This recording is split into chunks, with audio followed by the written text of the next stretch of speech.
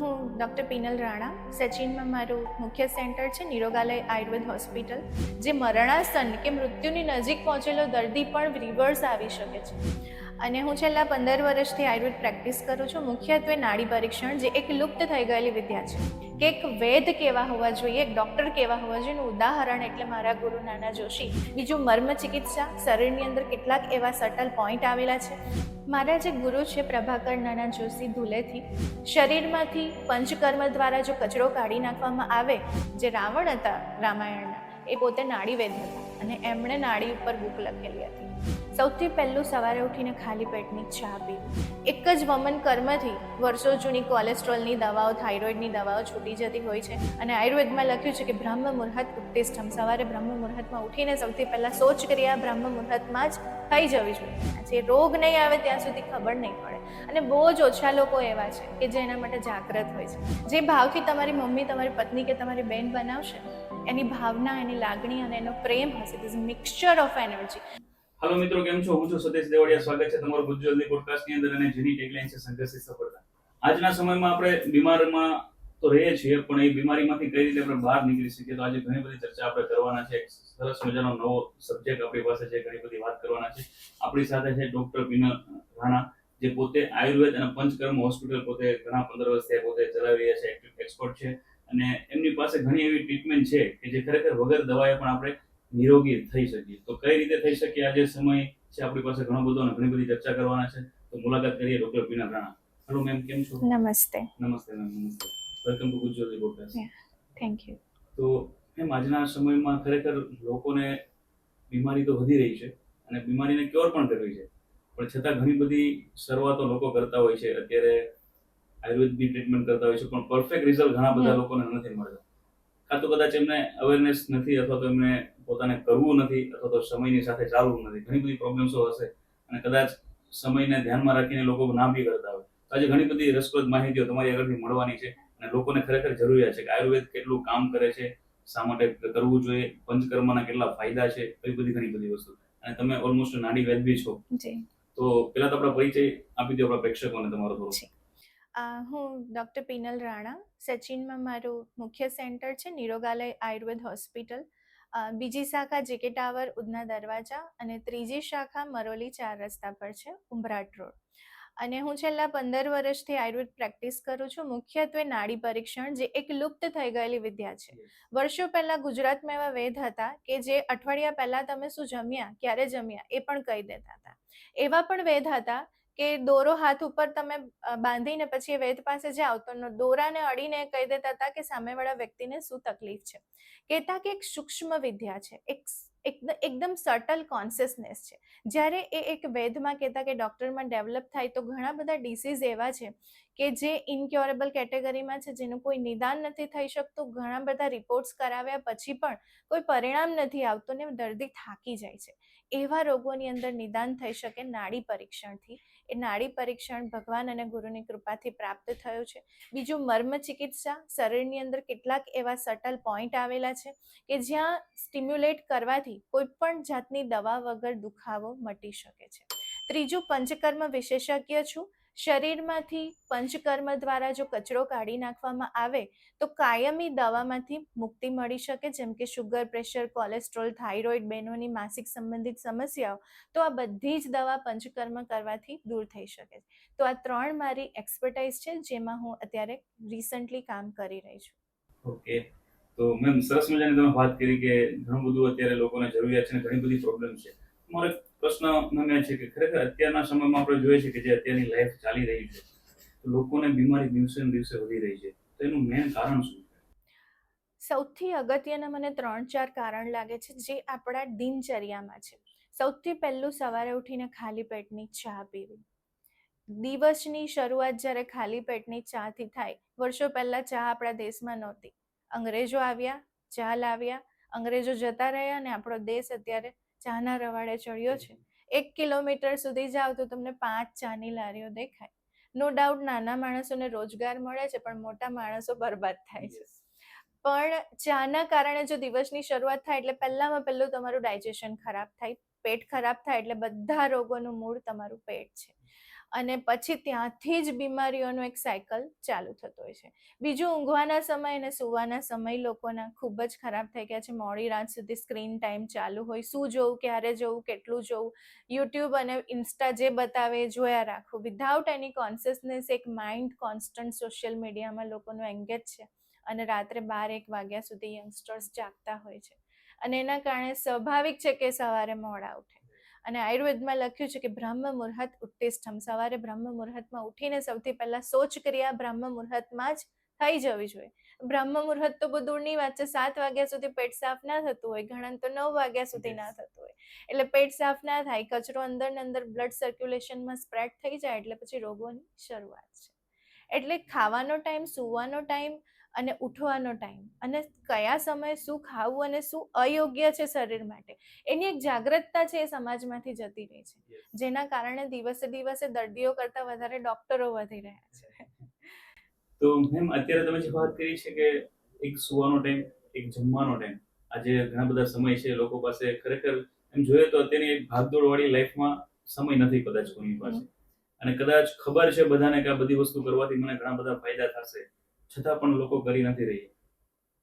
તો એ લોકોનું માનસિક કઈ રીતે હશે કે એ લોકો વિચારતા નથી કે પોતાને પછી હેલ્ધી રહેવું નથી? જો એમાં એવું છે કે જ્યાં સુધી શરીરમાં રોગ નહીં આવે ને ત્યાં સુધી સારા સ્વાસ્થ્યની ઇમ્પોર્ટન્સ અને વેલ્યુ ખબર નથી પડતી.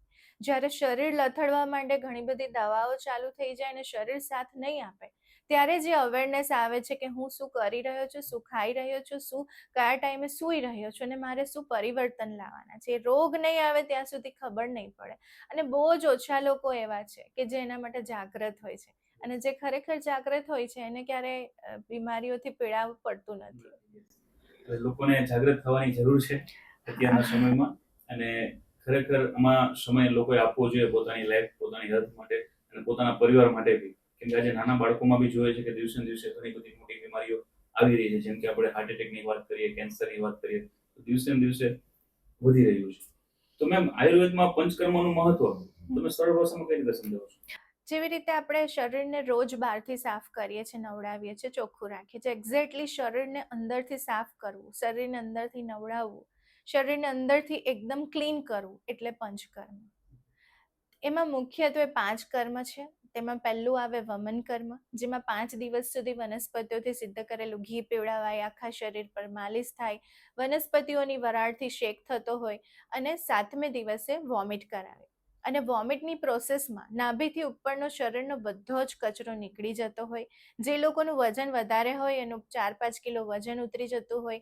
એક જ વમન કર્મથી વર્ષો જૂની કોલેસ્ટ્રોલની દવાઓ, થાઇરોઇડની દવાઓ છૂટી જતી હોય છે અને શુગર લેવલ પણ રિમાર્કેબલ ઓછું થતું હોય છે.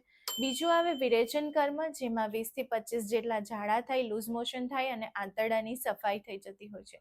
વિરેચન કર્મથી વર્ષો જૂની પ્રેશરની દવાઓ છૂટી જતી હોય છે. એની સાથે સાથે ચામડીના રોગો, સોરાઇસિસ છે, ઇન્ફર્ટિલિટી એટલે કે વંધ્યત્વના કેસમાં પણ વિરેચન કર્મથી રિમાર્કેબલ રિલીફ મળતું હોય છે. આંતરડા એ આપણું સેકન્ડ બ્રેન છે, અને આંતરડા સાફ થાય એટલે સૌથી પહેલા તો તમારું માઇન્ડ એકદમ રિલેક્સ થાય. જે લોકો વર્ષોથી સાયકાઇટ્રિસ્ટ પાસેથી ગોળીઓ લેતા હોય, માનસિક રોગની દવાઓ લેતા હોય, ચોક્કસ કબજિયાતથી પીડાતા હોય, અને એક વિરેચન કર્મથી ઘણી બધી સેડેટિવ પિલ્સ પણ છૂટી જતી હોય છે. ત્રીજું આવે છે યોગ બસ્તિક્રમ, જેમાં દૂધ, ઉકાળા તેલનો એનીમા મળમાર્ગેથી આપવામાં આવે છે અને આંતરડાને ખૂબ જ સારી રીતે સાફ કરીને એને નરિશમેન્ટ મળે અને એના દ્વારા શરીરમાં જે વાત, પિત્ત, કફનું ઇમ્બેલેન્સ છે એ દૂર થતું હોય છે. અને ચોથું આવે છે નશ્ય, જેના માટે આયુર્વેદમાં કીધું છે કે નાસાહી શીર્ષોદ્વારમ, એટલે કે આપણા માથા સુધી પહોંચવાનો એક જ રસ્તો છે અને એ છે આપણું નાક. નાક દ્વારા અમુક ઔષધિઓથી બનેલા તેલ અને ઘીના ટીપા મૂકવામાં આવે છે, જેના દ્વારા જે લોકોને વર્ષો જૂની કાયમી શરદી હોય, એલર્જી હોય, ઘણા બધા લોકોને નાકનો પડદો વાંકો થઈ જાય અને ઘણીવાર ઓપરેશન કરાવે, વર્ષ સુધી સારું રહે, ફરી પાછો પડદો વાંકો થઈ જતો હોય. નાકમાં જેને મસા હોય અને ઓપરેશન વગર એને સારા કરવા માંગતા હોય, તો નશ્ય કર્મથી ઘરે બેઠા નાકમાં ટીપા મૂકીને એમાંથી બહાર આવી શકે છે. બાળકો અત્યારે હાઇપર એક્ટિવ છે, બાળકોને વાંચેલું યાદ નથી રહેતું, અને ઓટિઝમના કેટલા બધા બાળકો છે, જે બાળકો શારીરિક અને માનસિક બાળકનો ગ્રોથ નથી થઈ રહ્યો. તો આ બધી જ પ્રકારની ટ્રીટમેન્ટમાં નશ્ય કર્મ ખૂબ જ ઉપયોગી છે. સિવાય આયુર્વેદમાં ઘણા બધા એવા નાના નાના કર્મ છે કે જે ઘણા બધા, હું તો પેશન્ટને યુઝ્યુઅલી ઘરે શીખવાડી દેતી હોઉં છું કે બસ્તી કઈ રીતે લેવાય, ઘરે નશ્ય કઈ રીતે કરી શકાય, કે એવો કોઈ કોમર્શિયલ એસ્પેક્ટ નથી કે તમે અમારા સેન્ટર પર જ આવો અને અહીંથી જ ટ્રીટમેન્ટ કરીને સારા થાવ. તમે જ્યાં છો ત્યાં it is the one and only aim in my life કે લોકોને સારા કરવા અને આયુર્વેદનું મહત્વ સમજાવું. કારણ કે યોગ જ્યારે વેસ્ટર્ન કન્ટ્રીઝમાં ગયું અને યોગા થયું ત્યારે લોકો અવેર થયા. ઘણા બધા એવા લોકો હોય કે એવું કહેતા હોય કે તમે અમારે ત્યાં આવો, પણ મને એવું છે કે પહેલા ભારતમાં આપણે આયુર્વેદનો ડંકો વગાડવો છે, પછી વિદેશ તો છે જ. Yes, yes. અને ખરેખર આયુર્વેદ આપણું અહીંયાનું ભારતનું જ છે ને ઓલમોસ્ટ આપણા ઋષિ મુનિઓએ ઘણું બધું આપણને આપી ગયા છે. પણ તમે કીધું એમ કે આપણે છોડી દીધું છે, ભૂલી ગયા છે. ભૂલી ગયા છે. તો ને અત્યારે ખરેખર એમની જરૂરિયાત છે. પણ મેમ તમે આ સરસ મજાની જે ટિપ્સ બધી આપી છે, ઘણી બધી વાત તમે કરી છે. અત્યારે માર્કેટની અંદર એવી બધી વસ્તુઓ ચાલે છે કે જે આપણે મેન તો અત્યારે પ્રોબ્લેમ્સ બધાને લોકોને છે એ છે કબજિયાત. અને કબજિયાત માટે ઘણા બધા અલગ અલગ પ્રકારના ટ્રીટમેન્ટ થતા હોય છે. જેમ કે ચૂર્ણની વાત કરીએ, કોઈ મેડિસિન છે, આ બધું લેવું કેટલું સારું છે કે પછી ખરાબ છે? જો જેવી રીતે મેં આગળ જણાવ્યું કે કોઈ પણ દવાની હેબિટ પડી જાય તો your body is addicted by the drugs. એ એલોપેથ હોય કે આયુર્વેદ હોય. ઘણા બધા દર્દી એવા આવે કે મને રોજ ત્રિફલા લેવું જ પડે, મને રોજ કાયમ ચૂર્ણ લેવું જ પડે તો જ પેટ સાફ થાય.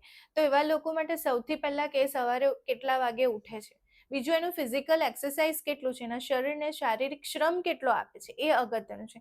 ત્રીજું એ શું જમે છે એ પણ એટલું જ અગત્યનું છે. કોઈ પણ દવા લઈને ધક્કો આપીને પેટ સાફ કરવું it is not permanent solution. ઘણા લોકો તો એવા સાંભળ્યા કે રોજ 4 ગ્લાસ પાણી ઉઠીને પી લઉં ને તો જ પેટ સાફ થાય. પણ આયુર્વેદ પ્રમાણે ઉષઃ પાન લખ્યું છે, એટલે કે આચમન પાણી થોડુંક અડધા ગ્લાસ જેટલું જ પીવું જોઈએ. જે લોકો 4 ગ્લાસ પાણી પેટ સાફ કરવા પીતા હોય એને લાંબા ગાળે કિડની સંબંધિત સમસ્યા આવે જ, કારણ કે એક સાથે આટલું બધું પાણી કિડની ફિલ્ટર કઈ રીતે કરશે. બીજું કે પાચક સ્ત્રાવ, તમે આખી રાત સૂતા હો એટલે સવારે સરસ મજાના ડાયજેસ્ટિવ જ્યુસીસ પેટમાં તૈયાર થયા. તમે સવારે જે જમો એ ખૂબ સરસ રીતે પચી જાય. તો એના બદલે સવારે પેલું 4 ગ્લાસ પાણી નાખી દીધું એટલે પાચક સ્ત્રાવ બધા ફ્લશ થઈ ગયા. ઇન્ટેસ્ટાઇનના પ્રોબાયોટિક બેક્ટેરિયા બધા ફ્લશ થઈ ગયા. એટલે પેટ સાફ કરવા માટે 4 ગ્લાસ પાણી પીધું એટલે સરવાળે પેટ તો સાફ થઈ ગયું, પણ મલ્ટિપલ સાઇડ ઇફેક્ટ્સ બધી શરીરમાં શરૂ થાય. કાયમ ચૂર્ણ કાયમ લેતા હોય તો એમાં સોલ્ટનું પ્રમાણ વધારે છે. જે લોકોને હાઈ બીપી રહેતું હોય એ લોકોના માટે સારું નથી. ત્રિફલા કે હરડે કાયમ લેતા હોય તો હરડે જે છે એ ઘીમાં તળીને કે દિવેલમાં તળીને લેવી જોઈએ. પ્લેન હરડે લેશે તો એના કારણે પણ આંતરડા ડ્રાય થઈ જાય. સેના જે સોનામુખી જનરલી કોઈ પણ પેટ સાફ કરવાની દવાઓ માર્કેટમાં હોય એમાં સેના લીવ્સ એટલે કે સોનામુખી હોય તો એના કારણે આંતરડાની નેચરલી પેટ સાફ કરવાની ટેન્ડન્સી ઓછી થઈ જતી હોય છે. તો જેટલી પણ ડ્રગ્સ છે એના વગર પણ કુદરતી પેટ સાફ કરવું હોય તો પહેલામાં પહેલો ઉપાય કે એને 1 ચમચી દિવેલ સવારે ગરમ પાણી સાથે લેવું જોઈએ. દિવેલ શું કરશે? માત્ર પેટ સાફ નહીં કરશે પણ આંતરડામાં ઓઇલિંગ કરશે.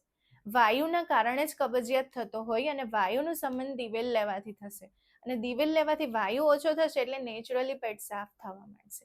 બીજું એ ધ્યાન રાખવું જોઈએ કે સૂર્યાસ્ત પહેલા જમી લેવું જોઈએ અને સવારે ખાલી પેટની ચાની જગ્યાએ હેલ્ધી બ્રેકફાસ્ટ લેવો જોઈએ. દિવસમાં કમસે કમ 2000 સ્ટેપ્સ ચલાવવા જોઈએ અને 2 થી 3 લીટર પાણી પીવાવું જોઈએ. આટલી સિમ્પલ ટિપ્સને ફોલો કરે તો કોઈ પણ દવા વગર પેટ સાફ થઈ શકે છે. એટલે ઘણી બધી આદતો એવી જે અપનાવી લીધી છે લોકોએ અને એના કારણે અત્યારે આપણે ઘણા બધા રોગ થઈ રહ્યા છે. અને તમે જે વાત કરી છે કે એ પ્રમાણે જો ખરેખર રૂટીન બધા ચેન્જીસ કરી નાખે તો ઓલમોસ્ટ બધા રોગ ધીમે ધીમે ગાયબ થઈ જવાના છે. પણ સમય પ્રમાણે જોઈએ છે કઈ રીતે લોકો અપનાવે છે અને કદાચ આપણા પોડકાસ્ટના માધ્યમથી લોકોમાં કંઈ અવેરનેસ આવે ને પોતાને ક્લિયરિટી મળે કે ચલો ખરેખર મારે હેલ્ધી બનવું છે, મારા પરિવારને મારે હેલ્ધી બનાવવું છે અને આ વસ્તુને આપણે ફોલો કરીએ. તો નાડી પરીક્ષા દ્વારા રોગ ઓળખવાની પદ્ધતિ કેટલી અસરકારક છે? એ તો એક્સપેરિમેન્ટનો વિષય છે. જેને એ એક્સપેરિમેન્ટ કરવો હોય અને આ પોડકાસ્ટના માધ્યમથી જેને નાડી પરીક્ષણ કરાવવું હોય એને ચોક્કસ હું તમારા માટે થઈને ફ્રીમાં નાડી પરીક્ષણ કરી આપીશ. તમે એકવાર નાડીવેદ પાસે જઈને બેઠા, you don't have to speak anything. તમે કાંઈ ના બોલો. That person will speak you what is happening inside your mind and body. તમારા શરીર અને મનમાં શું ચાલી રહ્યું છે, ક્યાં ટ્રિગર છે, એ દરેક વર્ણન જ્યારે એક ડોક્ટર કહેતા કે નાડીવેદ જ્યારે કરે તમારી અડધી ટ્રીટમેન્ટ તો ત્યાં જ થઈ ગઈ. Because you are in the good hand. તમે તમારું શરીર એક સારા વ્યક્તિને સોંપ્યું છે જે તમારા શરીર, મન અને વિચારોને સમજી શકે છે. ઘણા બધા દર્દી એવા આવતા હોય કે જેને કોલેસ્ટ્રોલ હોય ને વર્ષોથી કોલેસ્ટ્રોલની દવા લેતા હોય. નાડી પરીક્ષણ પરથી એ પણ ખ્યાલ આવી શકે કે ભાઈ ચાવીને જમતા નથી, અચ્છા. કે ભાઈ ચાલતા નથી. ઘણા બધા બહેનો એવા આવે કે જેને વર્ષોથી થાઇરોઇડ હોય, નાડી પરીક્ષણ પરથી એ પકડી શકાય કે બેનનો સ્વભાવ ખૂબ જિદ્દી છે અને એના કોન્ફ્લિક્ટ કોન્સ્ટન્ટ એના માઇન્ડમાં ચાલે છે. એનું અંદરનું આંતરિક યુદ્ધ એના કોઈને વ્યક્ત કરી શકે ના એ સહન કરી શકે, એના કારણે એને હોર્મોન્સ ડિસ્ટર્બ થાય છે અને હોર્મોન્સ ડિસ્ટર્બ થાય એટલે પછી ગોળીઓની પરંપરા ચાલુ થાય. પણ એના માઇન્ડને સમજવું, એના શરીરને સમજવું, એના વિચારોને સમજવું એ માત્ર નાડી પરીક્ષણથી જ શક્ય છે. અને વર્ષો પહેલા રાવણકૃત નાડી પરીક્ષણ નામની એક બુક પબ્લિશ થઈ હતી. જે રાવણ હતા રામાયણના, એ પોતે નાડીવેદ હતા અને એમણે નાડી ઉપર બુક લખેલી હતી.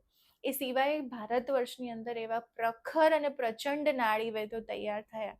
પણ સમયાંતરે કદાચ કોઈ પાત્ર નહીં મળ્યું હોય શીખવવા માટે કે એમણે એ વિદ્યા ફોરવર્ડ નહીં થઈ શકી, પણ હાલમાં પણ ઘણા બધા એવા નાડીવેદ વિદ્યમાન છે જ. અને ગુરુ પરંપરાથી અને ભગવાનના આશીર્વાદથી એ વિદ્યા પ્રાપ્ત થઈ છે. તો જ્યાં પણ નાડી પરીક્ષણનો વિષય આવે ત્યારે એ અનુભવનો વિષય છે. ઘણા બધા લોકો એવું કહી દેતા હોય કે એ કઈ રીતે થઈ શકે, ઇટ ઇઝ નોટ પોસિબલ. તો જેને એવો સંશય હોય એ આવે અને નાડી પરીક્ષણ કરાવીને ટ્રાય કરી શકે. ઓકે. મેમ, અત્યારની જે ભાગદોડવાળી લાઈફસ્ટાઈલ છે, એકદમ ફાસ્ટ લાઈફસ્ટાઈલ છે, તો એની અંદર તમે કેમ એવું ડિસિઝન લીધું કે હું આયુર્વેદ અને પંચકર્મ ઉપર પ્રેક્ટિસ કરું? કેમ કે અત્યારે ઘણા બધા ઓપ્શન એવું ગોતતા હોય છે કે સમય નથી અત્યારે કોઈની પાસે, અને આયુર્વેદ ટ્રીટમેન્ટ કદાચ એવું આપણે કહી શકીએ કે થોડો સમય આપણે લેવો પડતો હોય છે. તો તમે કેમ આ વિષય પસંદ કર્યો? મારા જે ગુરુ છે પ્રભાકર નાના જોશી ધુલેથી, અને એમણે 1985માં એક નગર શેઠ હતા અને એમને સિવિયર અસ્થમા હતું, આખી છાતી કફથી લોડેડ હતી. અને એમણે નાનાજીને બોલાવ્યા કે તમે આવો અને એમની કોઈ ટ્રીટમેન્ટ કરો. તો આયુર્વેદમાં એક મદનફલ નામનો પાવડર આવે જેને અમે વમન કર્મ એટલે કે વોમિટ કરાવવા માટે ઉપયોગ કરતા હોય. નાનાજી મળવા ગયા અને નગર શેઠને પૂછ્યું કે શું શું ખાવાની ઈચ્છા છે? તો નગર શેઠે કીધું કે મારે તો ખીર ખાવી છે. તો ખીરની અંદર નાનાજીએ 5 ગ્રામ મદનફલ નાખીને ખીર ખવડાવીને નીકળી ગયા. હવે પેલા જે અસ્થમાના પેશન્ટ હતા એને આઈસીયુમાંથી ડિસ્ચાર્જ આપી દીધેલું કે બે દિવસ જીવશે, એની સેવા કરો એટલે એને છેલ્લા દિવસો ચાલે છે. નાનાજી ત્યાંથી નીકળી ગયા અને એટલી સિવિયર વોમિટ થઈ પેલા નગર શેઠને, અને એકદમ ચીકણો ચીકણો કફ બધો બહાર નીકળી ગયો. અને પછી નગર શેઠ 10 વર્ષ સુધી જીવ્યા અને એમણે 1 લાખ રૂપિયાનો ચેક 1985માં નાનાજીને આપેલો. કે એક વૈદ કેવા હોવા જોઈએ, એક ડોક્ટર કેવા હોવા જોઈએ એનું ઉદાહરણ એટલે મારા ગુરુ નાના જોશી. એમણે એ 1 લાખ રૂપિયાનો ચેક ધુલિયા નગર સેવા સદનને આપ્યો અને આયુર્વેદનું કોલેજ ચાલુ કરાવવા માટે ભલામણ કરી. અને જે આયુર્વેદ કોલેજ અત્યારે ધુલિયામાં ચાલે છે.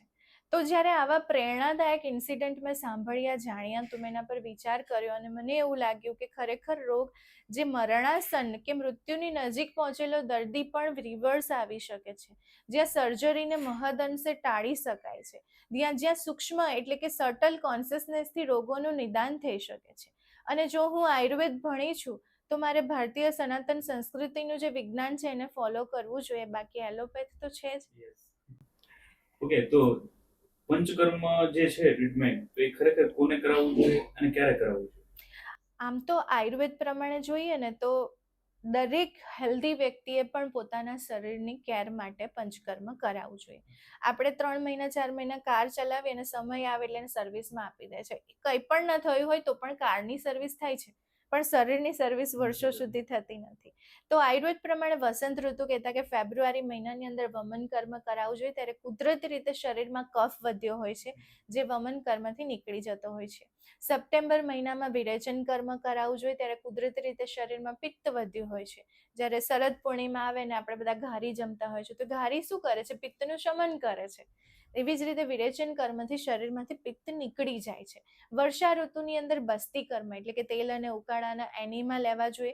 તો આઈડિયલી દરેક ઋતુની અંદર પંચકર્મ કરવું જોઈએ, અને ન થઈ શકે તો વર્ષમાં એકવાર પણ પંચકર્મ કરવું જોઈએ. આ સિવાય ઇન્સ્ટન્ટ પંચકર્મ માટે અમે ઘણી બધી વાર અમારે ત્યાં દર્દીઓ આવતા હોય કે એક્યુટ એપેન્ડિસાઇટિસ છે કે તમારે 5 કલાકમાં ઓપરેશન કરી જ નાખવું પડશે, તો ત્યાં અમે રક્ત મોક્ષણ એટલે કે લીચ થેરાપી, એપેન્ડિક્સના એક્ઝેક્ટ પોઈન્ટ ઉપર અમે જલોકા એટલે કે લીચ લગાવીએ અને બીજે જ દિવસે રિપોર્ટ નોર્મલ થઈ જાય. ઘણા બધા લોકોને એવું લાગે કે પંચકર્મ કે આયુર્વેદ બહુ ડીલે કામ કરે, પણ એવા હજારો અનુભવ છે કે આયુર્વેદ એકદમ ફાસ્ટેસ્ટ કામ કરે છે. જ્યાં સર્જરી એવાસ્ક્યુલર નેક્રોસિસ, એવીએન જેને કહેવાય, જ્યાં હિપ જોઈન્ટ જે છે બેઉ સાઈડના થાપા ઘસાઈ જતા હોય છે, તો ત્યાં વક્ષણ બસ્તી કરીએ અને લીચ થેરાપી કરીએ, બસ્તી આપીએ, 5 દિવસમાં એ જે દર્દી છે એને પકડીને લાવ્યા હોય એ પોતાના પગ પર ચાલતો જાય. પેરાલિસિસ અને બેલ્સ પાલ્સી, જેમાં આખું મોઢું ત્રાંસું થઈ જાય પેરાલિસિસમાં, તો વિધિન 7 days એવા દર્દીઓને પેરાલિસિસમાં મોર ધેન 80% રિલીફ થઈ જતું હોય છે. ડિપ્લોપિયાના પેશન્ટ કે જેને ડબલ વિઝન હોય, રતાંધણાપણું કે જેને રાત્રે દેખાતું જ ના હોય, તો એમાં નેત્રતર્પણ, શિરોધારા જેવી ટ્રીટમેન્ટથી વિધિન કપલ ઓફ ડેઝ એ લોકોને પરિણામ મળવા માંડે છે. તો એ બહુ વર્ષો જૂની વાત થઈ ગઈ કે આયુર્વેદ ધીમે કામ કરે છે. અચ્છા, એટલે આ લોકોની જે ખોટી માન્યતાઓ છે તો એને ખરેખર દૂર કરવી જોઈએ. જેમ કે કોવિડમાં અબ્રક ભસ્મ અને શ્વાસકાશ ચિંતામણી રસ અમે આપી અને લાખો લોકોને ઓક્સિજન ઘરે બેઠા સ્ટેબલ થઈ ગયું, અને તમે બસ દવા જીભ ઉપર મૂકી અને કપલ ઓફ મિનિટ્સની અંદર તમારો ઓક્સિજન લેવલ હાઈ થઈ જાય, તો એ તો આયુર્વેદ શું વર્ષો પહેલાનું વિજ્ઞાન છે. તો ત્યારે ઇમરજન્સી નહોતી આવતી, ત્યારે એક્યુટ કન્ડિશન નહોતી, તો ત્યારે કઈ રીતે ટ્રીટ કરતા હશે? પણ એવું નથી, તે સમય પણ થતું હતું ને આજે પણ શક્ય છે. પણ જરૂરી છે યોગ્ય વ્યક્તિ પાસે પહોંચવું અને યોગ્ય જગ્યાએ સારવાર કરવી, તમારા શરીરને સમજવું અને તમારી તકલીફને સમજવી. ને તમે જે વાત કરી છે બરાબર છે કે અત્યારે ઘણા બધા ટ્રીટમેન્ટ લોકો કરતા હોય છે, અને અત્યારે આયુર્વેદ અને પંચકર્મ ઘણી જગ્યાએ ચાલી રહ્યું છે. પણ તમે જેમ કીધું કે જેમની પાસે એક્સપર્ટીઝ છે, જે માસ્ટર છે, જેમને ઘણો બધો અનુભવ છે, તો સાચી જગ્યા પર જાશું તો એની સાચી આપણે માર્ગદર્શન 100% મળવાનું છે. હવે મર્મ ચિકિત્સા કયા પ્રકારના સમસ્યામાં વધુ ફાયદાકારક હોય છે? મર્મ ચિકિત્સા પહેલું તો ઓટિઝમના બાળકો, જે બાળકોને ડીલે માઇલસ્ટોન એટલે બાળકોનો શારીરિક માનસિક વિકાસ નથી થઈ રહ્યો, જે બાળકોની મેમરી બહુ ઓછી છે, જે બાળકો રાત્રે ઊંઘમાં પેશાબ કરતા હોય છે, એ બાળકોને માથાના અમુક સિલેક્ટેડ મર્મ અમે શીખવાડી દઈએ કે ઘરે આ રીતે તમારે આ મર્મ દબાવવાના છે. એવું નથી કે તમે અમારે ત્યાં જ આવીને રોજ તમે કરો, એવું નથી. બસ આ એક મર્મ ચિકિત્સા જે છે એ માનવતાને અર્થે છે, અને જે એના ઇન્કાર્નેશન એટલે કે એની શોધ જેણે કરી, એક હિમાલયના ઉત્તરકાશીના એક ઋષિ હતા, અને ઉત્તરકાશીમાં 1975માં ભૂકંપ આવ્યો, અને ભૂકંપ વખતે ડૉક્ટર સુનિલ જોશી, જે ઉત્તરાખંડ ગઢવાલ યુનિવર્સિટીના વાઇસ ચાન્સેલર હતા, અને એમને એ સંત મળ્યા અને એમણે આ મર્મ ચિકિત્સા એમને શીખવાડી, અને એટલું જ કીધું કે આ વિદ્યા એવી છે કે એની પાસે પૈસા નહીં લેતા, તમે જેને પણ એ ટ્રીટ કરો એને ફ્રી ઓફ કોસ્ટ કરજો તો જ એનું પરિણામ મળશે. અને એ ડૉક્ટર સુનિલ જોશી તમે યુટ્યુબ સર્ચ કરશો તો હજારો લોકોને અત્યારે મર્મ ચિકિત્સાથી સારા કરી રહ્યા છે. એમની પાસે સદભાગ્યથી મને શીખવાનો મોકો મળ્યો, અને અમે પણ લોકોને ફ્રી ઓફ કોસ્ટ જ શીખવીએ છીએ. તો એક તો ઓટિઝમના બાળકોમાં એક્સેલન્ટ રિઝલ્ટ છે.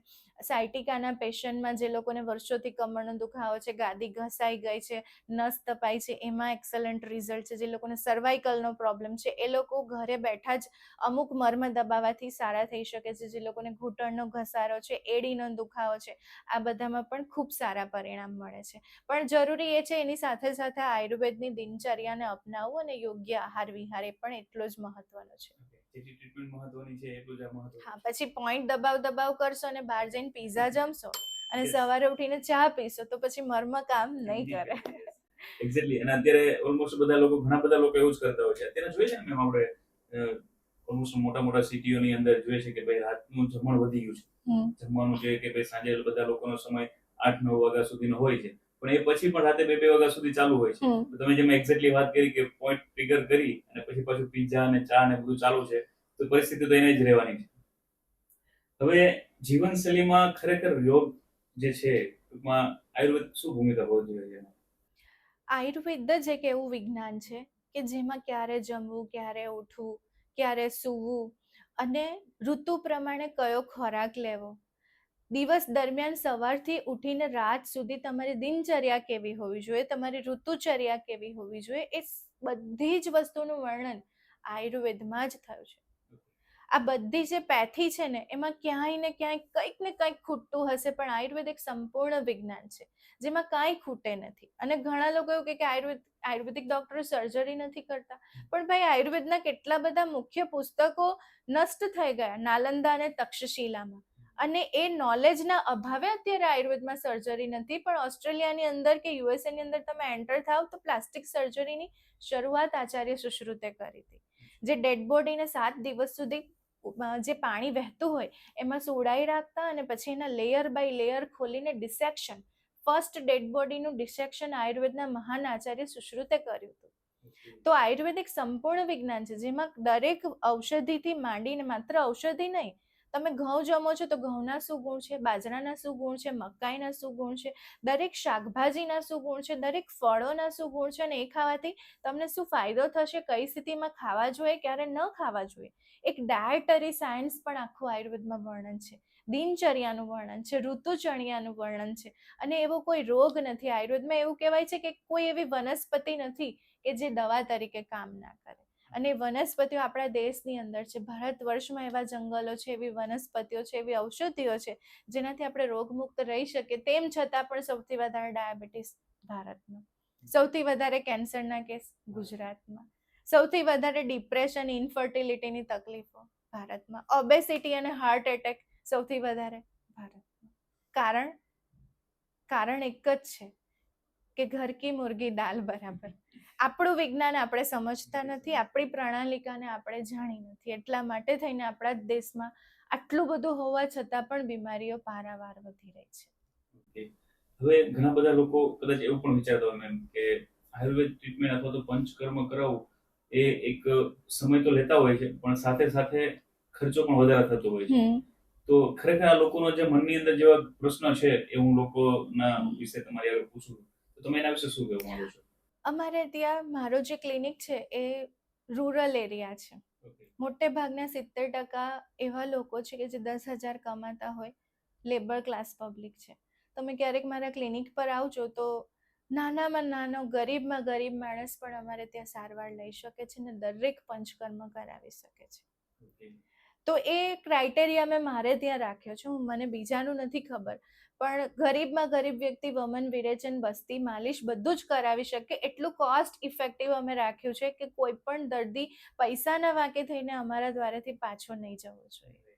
એને એના લેવલ પર એના બજેટમાં આવીને સારવાર કરવાથી અનંત ગણું કુદરત આપે છે. અને એક દર્દી કદાચ તમે વગર પૈસે સારું કરશો ને તો એ બીજા 10 મોકલશે ને તમને 10 ટાઈમ્સ મોર કુદરત કરી આપશે. અને આયુર્વેદમાં તો એવું લખ્યું છે કે સંભાળ સંગ્રહ, જ્યારે પૈસાવાળા દર્દી આવે ત્યારે તમે એની પાસે ટ્રીટ લઈ શકો છો જે ફીસ છે, અને પછી એનો ઉપયોગ તમે ગરીબ દર્દી માટે કરી શકો છો. એટલા માટે જ્યારે મેં સચિનમાં ચાલુ કર્યું ને ત્યારે ઘણા બધાએ કીધું કે અહીં કોણ પંચકર્મ કરશે, પણ અત્યારે એવું છે કે દરેક સ્ટેટમાંથી લોકો આવે છે, પરદેશથી લોકો આવે છે, અને એ એરિયામાં રહીને અમે ચલાવીએ છીએ ને ભગવાનની દયાથી ખૂબ સારું ચાલે છે. ના, સરસ તમારો વિચાર છે કે ખરેખર આવું હોવું જોઈએ. અને હું તો કહું હરેક ડોક્ટરને, આયુર્વેદ ડોક્ટર કે એવું નહીં, પણ હરેક ડોક્ટરે કદાચ જો તમારા જેવા વિચારો લાવે તો ઓલમોસ્ટ ઘણા બધા લોકોને ઘણી બધી હેલ્પ પણ થઈ શકે છે. હવે દર્દીઓમાં આપણે સૌથી ઘણી બધી મિસ્ટેકો જોતા હોય છે, ઘણી બધી ભૂલો થતી હોય છે. તો આયુર્વેદ વિશે ખરેખર એ લોકોને એવી કંઈક ગલતફહેમીઓ છે, તો એ શું હશે? ગલતફહેમી વાળા તો મારી પાસે આજ સુધી કોઈ આવ્યા જ નથી, પણ ઘણીવાર સોશિયલ મીડિયા પર કે મેં યુટ્યુબ પર જોયું છે કે ઘણા બધા લોકોને એવું હોય છે કે આયુર્વેદિક દવામાં મેટલ હોય છે અને એના કારણે એનાથી કિડની પર સાઈડ ઇફેક્ટ આવતી હોય છે. તો એના માટે આયુર્વેદમાં રસશાસ્ત્ર, જે ભારતનું એક બીજું વિજ્ઞાન છે, કે આપણો દેશ સોનાની ચીડિયા કહેવાતો હતો કારણ કે આપણા દેશ પાસે સોનું બનાવવાની વિદ્યા હતી. એટલા માટે આપણી પાસે એટલું બધું સોનું હતું, પણ સમયાંતરે એ વિદ્યા લુપ્ત થતી ગઈ. પણ હજુ પણ હિમાલયમાં ઘણા બધા એવા સિદ્ધ વ્યક્તિઓ છે કે જે આ રહસ્યમય ગુપ્ત વિદ્યા જાણે છે, જેને હેમવતી વિદ્યા કહેવાય. અને આ હેમવતી વિદ્યાની પ્રોસેસમાં, સોનું બનાવવાની પ્રોસેસમાં ઘણી બધી બાય પ્રોડક્ટ તરીકે દવાઓ બનતી હોય છે જેને કહેવાય રસ ઔષધિ. એ રસ ઔષધિ માટે અમે ઘણા બધા દર 2-3 મહિને હિમાલયની ટૂર કરીએ છીએ, જ્યાંથી ઘણી બધી વનસ્પતિઓ પણ લાવતા હોઈએ છીએ અને ઘણી બધી રસ ઔષધિ બનાવવાનો પણ પ્રયત્ન કરતા હોય છે. જેમ કે સુવર્ણ ભસ્મ છે, તો સોનામાંથી બનાવેલી ભસ્મ કેન્સરમાં અને બ્રેઇન ટ્યુમરમાં ખૂબ જ ઇફેક્ટિવ છે. અબરક ભસ્મ છે તો એ લંગ સંબંધિત સમસ્યાઓમાં ખૂબ જ ઇફેક્ટિવ છે. તામ્ર ભસ્મ છે, જે લોકોને પિત્તાશયમાં પથરી થઈ ગઈ છે અને આપણે એવું કહેવાય કે પાપડી ભેગી ઈયળ બફાઈ જાય. તો પિત્તાશયમાં પથરી છે એટલે આખું જ પિત્તાશય કાઢી નાખવામાં આવતું હોય છે, પણ પિત્તાશયની પથરી આ તામ્ર ભસ્મથી નીકળી જતી હોય છે. તો એવી ઘણી બધી દવાઓ છે આયુર્વેદમાં, રસ ઔષધિ જેને કહેવાય, જે ઇન્સ્ટન્ટ ઇફેક્ટિવ છે. તમે પીધીને within minutes and within hours તમારી પ્રોબ્લેમ સોલ્વ થવા માંડે. એ રસ ઔષધિ અને રસશાસ્ત્ર જે ભારતીય સનાતન સંસ્કૃતિનું છે. આલ્કેમિસ્ટ હતા નાગાર્જુન, વેદ હતા, અને એ સાઉથના હતા, અને હી વોઝ ધ બેસ્ટ આલ્કેમિસ્ટ. અને અત્યારે કેમિસ્ટ્રી ઉપર ઘણા બધા રિસર્ચ થતા હશે, પણ વર્ષો પહેલા, આજથી 3-4 હજાર વર્ષ પહેલા આલ્કેમી ઉપર કામ કરવું, પારા, ગંધક અને સલ્ફર ઉપર કામ કરવું, એ આયુર્વેદના મહર્ષિઓએ કર્યું છે. એટલે આ આજકાલનું તો છે નહીં, વર્ષો થયા છે, અને ખરેખર એ સમય બી કામ કરતું હતું, અત્યારે બી કામ કરે છે, તો રાઈટ જગ્યાએ જો આપણે છીએ તો. ઓકે, સ્વસ્થ જીવન માટે તમે એક સરળ આયુર્વેદિક સલાહ શું આપશો લોકો માટે? આપણા પ્રેક્ષકો જોઈ રહ્યા છે, કદાચ એમને કંઈ મળે. સ્વસ્થ જીવન માટે આયુર્વેદ તરફ વળવું જોઈએ. આયુર્વેદના સિદ્ધાંતો, આયુર્વેદની દિનચર્યાને પણ ખાલી સમજી લઈશું ને તો ઘણા બધા રોગોથી દૂર થઈ જવાશે. હવે અત્યારનું મોડર્ન જે ડાયટ ચાલે છે, બહુ બધા લોકો કરે છે, ખરેખર એક્ઝેક્ટલી ઘણા બધા લોકોને ખબર નથી ડાયટ શું છે, અને ઘણા બધા લોકો કરે છે તો લોકોને, બીજા લોકોને જોઈને કરે છે. તો આયુર્વેદ પ્રમાણે ડાયટ શું હોવું જોઈએ, અને અત્યારના મોડર્ન સમય પ્રમાણે ડાયટ શું હોવું જોઈએ? આયુર્વેદ પ્રમાણે છે ને, શરીરની 3 પ્રકૃતિ છે, વાયુ, પિત્ત અને કફ. જે ડાયટ મને સેટ થશે એ તમને નહીં પણ થાય, કે કોઈ ત્રીજા વ્યક્તિને નથી નુકસાન પણ થઈ શકે. અત્યારે લોકોએ સોશિયલ મીડિયાને ડોક્ટર બનાવી દીધા છે. કોઈ પણ નુસ્ખો આવ્યો વજન ઉતારવા માટે, હેરફોલ માટે, એટલે બહેનો તો ખાસ એક્સપેરિમેન્ટ ચાલુ કરી દે. પણ first of all you have to understand, કોઈ પણ નુસ્ખો યુટ્યુબ કે ઇન્સ્ટાની રીલ્સ જોઈને જ્યારે આપણે પોતાના શરીર પર એપ્લાય કરતા હોઈએ છીએ, ત્યારે એટલીસ્ટ એકવાર એવું વિચારવું જોઈએ કે મારા શરીરની તાસીર શું છે, મારા શરીરની પ્રકૃતિ શું છે, અને જે નુસ્ખો બતાવનાર વ્યક્તિ છે ખરેખર ક્વોલિફાઈડ ડોક્ટર છે કે નથી, પ્રેક્ટિશનર છે કે નથી, એનો અનુભવ શું છે. અને એ બધું જાણ્યા વગર, પોતાના શરીરની પ્રકૃતિને સમજ્યા વગર જો તમે કોઈ પણ ઘરેલું નુસ્ખો અપનાવશો, તો અત્યારે જ મેં ન્યૂઝમાં વાંચ્યું કે હૈદરાબાદની એક છોકરીએ બોરેક્સ લીધું અને સી એક્સપાયર્ડ વિથિન 5 મિનિટ્સ. વજન ઉતારવા માટે એણે બોરેક્સ લીધું. ઘણા બધા અત્યારે કીટો ડાયટ કરતા હોય છે, તો અત્યારે જ કોઈ એક્ટ્રેસ કે એક્ટર કદાચ કીટો ડાયટના કારણે એક્સપાયર થઈ ગયા. તો સૌથી પહેલા તમારે તમારા શરીરને સમજવું પડશે, અને શરીરની પ્રકૃતિ જાણવા માટે નજીકના કોઈ પણ આયુર્વેદિક ડોક્ટર પાસે જાઓ, તમારી નાડી બતાવો, તમારું શરીરને, તમારી પ્રકૃતિ જાણો, અને પછી તમે કોઈ ડાયટને એક્સપેરિમેન્ટ કરો. Without knowing your constitution of the body તમે કોઈ પણ એક્સપેરિમેન્ટ શરીર પર કર્યા જશો, તો ક્યારેક એની લોંગ ટર્મ અથવા શોર્ટ ટર્મ એટલી બધી ભયાનક સાઇડ ઇફેક્ટ આવશે, જે સોશિયલ મીડિયા કે રીલ્સથી નહીં દૂર કરી શકાશે. અત્યારના સમયમાં આપણે જોઈએ છે મેમ, તો યુવાનો જે છે એ લોકો ખરેખર ઘણી બધી ટ્રીટમેન્ટો કરતા હોય છે, અને ઘણી બધી ટ્રીટમેન્ટો એવી હોય છે કે જે ઘરે પોતાને ખબર બી ના હોય છે ફેમિલીને, અને પોતે જાતે એમ જ કરાવતા હોય છે. તો અત્યારના યુવાનો માટે તમે શું સલાહ આપો છો કે આયુર્વેદ તરફ લોકોએ ખરેખર વળવું જોઈએ? યુવાનો માટે તો એટલી જ સલાહ આપીશ કે સૌથી પહેલા તો પોતાનું લાઈફસ્ટાઈલ મોડિફાઈ થાય. આજે આપણા યુવાનોને ખ્યાલ જ નથી કે શું કરી રહ્યા છે, શું કરવાનું છે. આ એ જ દેશ છે કે જ્યાં આર્યભટ્ટ હતા, સ્વામી વિવેકાનંદ હતા. આ એ જ દેશ છે જ્યાં ચાણક્ય હતા. અને એ યુવાનો આજે ગલીએ ગલીએ જોઈએ તો ક્યારેક કોઈ પાનના ગલ્લા પર યુવાનો દેખાય, ચાની લારી પર દેખાય. એ લોકોને ખ્યાલ જ નથી કે આપણે શું કરવાનું છે, શું જીવનનું ધ્યેય શું છે, અને શું કરી રહ્યા છે એની અવેરનેસ જ નથી. શું જમે છે એની અવેરનેસ નથી. આ આયુર્વેદમાં તો લખ્યું છે કે આહાર શુદ્ધિ સત્વ શુદ્ધિ. જો તમારો આહાર ચોખ્ખો હશે, શુદ્ધ હશે, આહારની એક સૂક્ષ્મ શક્તિ પણ છે, બનાવનારની એનર્જી પણ એમાં ભળેલી હોય છે. It is not a mixture of taste, but it is the mixture of energy. અને જ્યારે તમે અઠવાડિયામાં 2 વાર 3 વાર લારી ગલ્લા પરની વસ્તુઓ જમો છો, રોડ સાઈડ વેન્ડર પાસેથી જમો છો, he is selling the food for money. Any hygiene કેટલી શું છે, એની ગુણવત્તા શું છે, કઈ મેથડથી બનાવવામાં આવ્યું છે, અને બનાવનારના વાઇબ્રેશન શું છે, તમને કાંઈ જ ખબર નથી. તમે ઇનડાયરેક્ટલી એ તમારા પેટને નથી આપી રહ્યા, તમે તમારા મનને આપી રહ્યા છો, તમારી બુદ્ધિને આપી રહ્યા છો. એ આહાર તમે તમારા વિચારોને આપી રહ્યા છો. અને જ્યારે બહારનું આટલું બધું જ્યારે તમે તમારા શરીર મનને આપો છો, ત્યારે કઈ રીતે જીવનનું ધ્યેય સ્પષ્ટ થશે, ત્યારે કઈ રીતે તમે ધાર્યું નિશાન પાર પાડી શકશો. જોઈએ છે બધાને આઈફોન, જોઈએ છે બધાને બ્રાન્ડેડ કપડાં અને શૂઝ રેમન્ડના, પણ અંદર શું નાખો છો એ ખબર નથી. સૌથી પહેલા યુવાનોએ ઘરે બનાવેલું જમવાનું પ્રિફર કરવું જોઈએ. નો ડાઉટ બહાર જમી શકાય, પણ એનું એક ડ્યુરેશન હોય કે ભાઈ 15 દિવસે મહિને એકાદ વાર ફ્રેન્ડ સાથે પાર્ટી કરીએ. સમય ફિક્સ હોવો જોઈએ. પણ if you are eating thrice or twice in a week then you are going on danger zone. એક માત્ર તમારું શરીર ખરાબ નહીં કરશે પણ તમારો મન અને તમારો વિચાર એ બેવને ખરાબ કરશે. તો યુવાનો માટે એક જ મેસેજ છે કે એક તો આહાર ઉપર નિયંત્રણ રાખીને ઘરનું સાત્વિક હેલ્ધી ફૂડ ઉપર ફોકસ કરે તો જીવનમાં ઘણું બધું જે મેળવવાનું છે ને એના માટે એનર્જી ઓછી વપરાશે, બધું ઇઝીલી અવેલેબલ થઈ જશે. બહુ સરસ તમે વાત કરી, અને તમે જે વાત કરી છે એના ઉપરથી આપણી એક કહેવત બી છે ગુજરાતીમાં, I think, કે જેવું અન્ન એવું મન. તો 100% સાચી વાત છે કે બહાર ઘણી બધી જગ્યાએ ઘણા બધા લોકો કંઈ ને કંઈ આપણે ખાતા હોય છે, પણ કેટલું સેફ છે આપણા માટે ખરેખર આપણે તપાસવું જોઈએ. ને પછી આપણે પણ સૌથી વધારે બેસ્ટ તો એ જ છે કે જે આપણું ઘરનું સ્વાસ્થ્ય ભોજન આપણે ખાઈએ. જે ભાવથી તમારી મમ્મી, તમારી પત્ની કે તમારી બેન બનાવશે ને એની ભાવના, એની લાગણી અને એનો પ્રેમ હશે, ધીસ મિક્સચર ઓફ એનર્જી. અને પછી તમે નક્કી કરશો ને કે મારે ફાઇનાન્શિયલ, ચાલો તમારે અચીવમેન્ટ જોઈએ છે કે મારે આ વર્ષે આટલા લેક્સ બનાવવા છે, આટલી પ્રોપર્ટી લેવી જ છે, ખાલી એટલું જ નક્કી કરો કે મારે ઘરનું જમવું છે. You will able to achieve each and everything whatever you want in your life.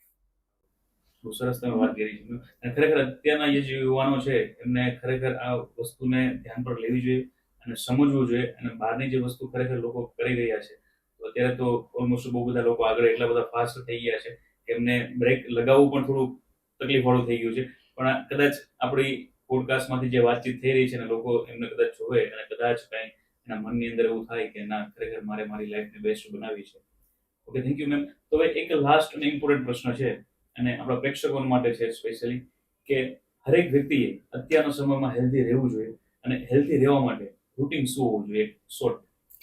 શોર્ટમાં Ayurveda પ્રમાણેની દિનચર્યામાં પહેલું તો બ્રહ્મ મુહૂર્તમાં ઉઠવું જોઈએ. દેન આફ્ટર અત્યારે જે વેસ્ટર્ન ટોયલેટ છે એની જગ્યાએ ઇન્ડિયન ટોયલેટ હોય તો એક બોડીનું પોસ્ચર એવું તૈયાર થાય કે તમારું મળ જે છે એ ઇઝીલી ઇવેક્યુએટ થઈ જાય. અને જો કદાચ ઘરમાં એ સુવિધા ન હોય તો પણ વાંધો નહીં, પણ બ્રહ્મ મુહૂર્તમાં ઉઠવું એ સૌથી અગત્યનું છે. બીજું, ખાલી પેટે ચાની જગ્યાએ તમે ડ્રાયફ્રૂટ્સ લઈ શકો, દૂધનો ઉકાળો લઈ શકો. સિઝનલ પ્રમાણે ઋતુના અલગ અલગ કેટલા કુદરતે ફ્રૂટ્સ આપ્યા છે. અને મજાની વાત એ છે કે આપણી પાસે ફ્રોઝન નથી આવતું.